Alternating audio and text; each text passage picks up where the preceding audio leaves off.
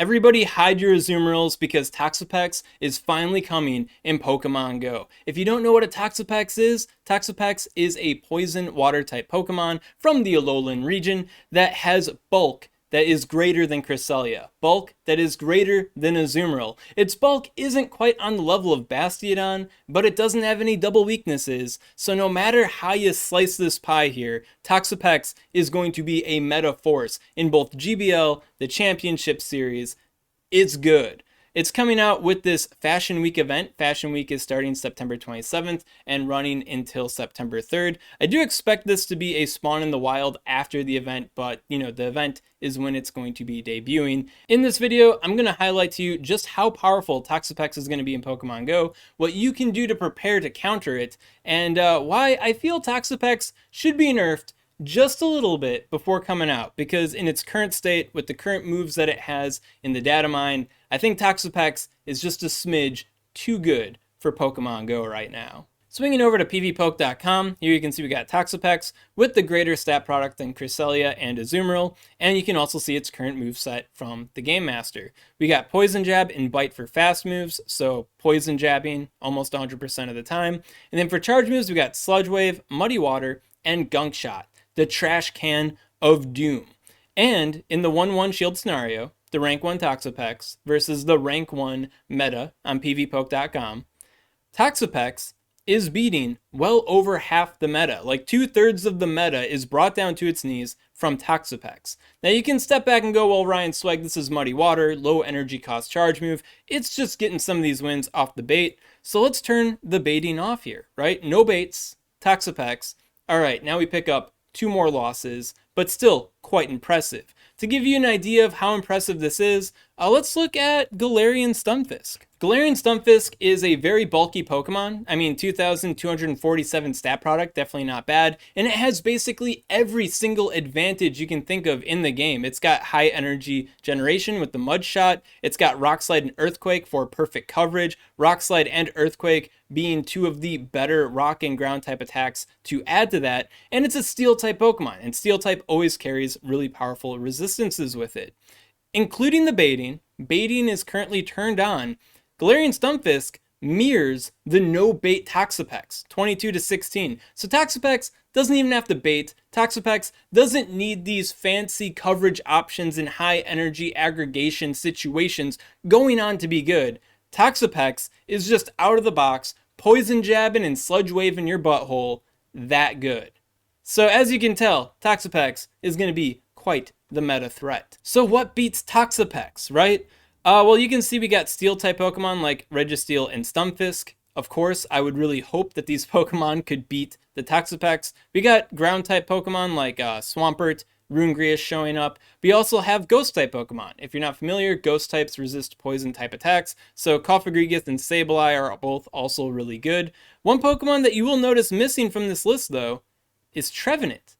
Trevenant, being a grass type, is taking neutral damage from those poison jabs, and poor Trevenant can barely keep up with the Toxapex. To add to that, you can see down here at the bottom of the screen, our good friend Altaria, the neutral master of the Great League meta, is succumbing to the power of Toxapex. And if you're curious, this is not with a bait. Straight Sludge Wave, Altaria cannot keep up with Toxapex's extreme bulk situation. Now, Toxapex already crazy good. Should it be nerfed? I think based off of these metrics alone, I don't think it's that problematic. I mean, once again, it is a poison attacking Pokemon, poison type Pokemon, just dipping into that poison role to the next level, right? And then when it comes to opposing poison type Pokemon, I mean, Nidoqueen can subdue it. Toxicroak ain't so bad against it because it's got the Mud Bombs. So I don't think Toxapex is exactly problematic out of the box. Why I feel Toxapex should be nerfed is because of the Muddy Water. Muddy Water, if you're not familiar, is a low energy cost water type charge move. It's got very bad stats, but it does have a 30% chance to lower the opponent's attack stat by 1 stage. Now, this isn't guaranteed, right? And you're not using Toxapex for this debuff chance. But if Toxapex does get locked in to a disadvantageous matchup, it could possibly flip the script on that fight vicariously through Muddy Water debuffing them. And in a lot of these situations, you're going to be using Muddy Water anyways, because Sludge Wave is going to do the same, if not less damage than Muddy Water to a lot of these Steel and Ground type Pokemon.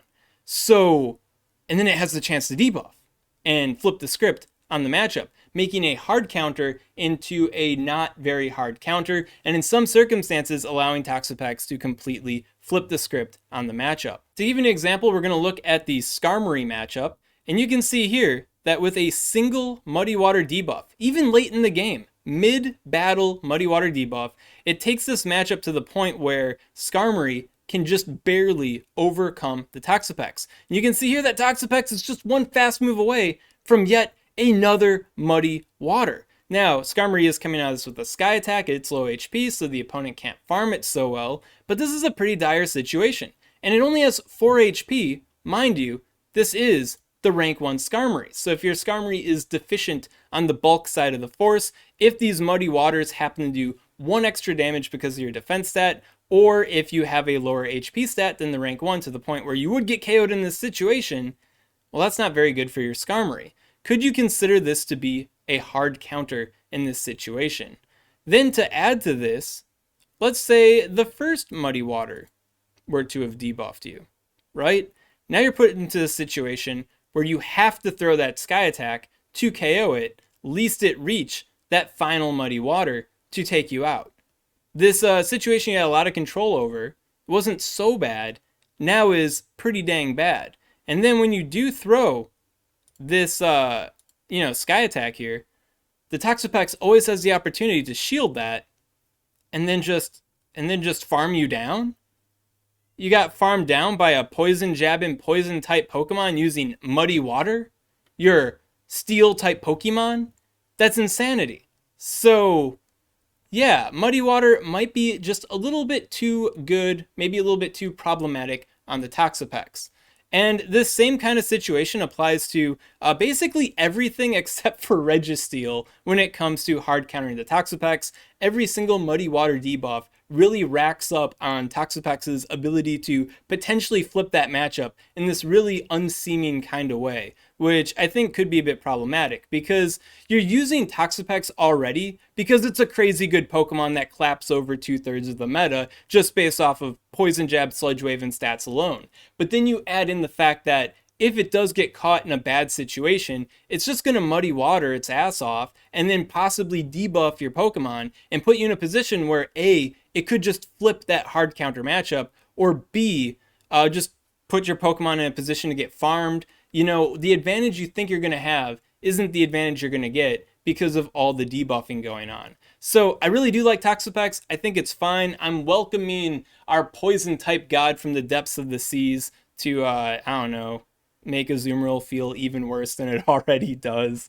But the Muddy Water, I think, is a smidge too much. I also want to highlight this article by Tangent from the Go Stadium crew, the Meta's Breaking Bad article, where he basically looks at future meta Pokemon and how problematic they could be for the meta and how they could be reined in enough where they're still really, really good, but they're not completely broken. And wouldn't you know it, Toxapex made his list for big meta, slightly problematic baddies in the future. Now, Tangent's approach to this situation, his way of remedying it, is to make it more like Cresselia in performance, where it has the energy fast move. That way Toxapex can't fast move farm things down and then just unload charge moves that way. So that's one way Tangent feels it could be reined in. I don't know if Tangent talks about the Muddy Water situation, but having higher energy cost charge moves is also part of the Tangent solution, likely giving it, the Tentacruel treatment, if you will, giving it the Hydro Pump.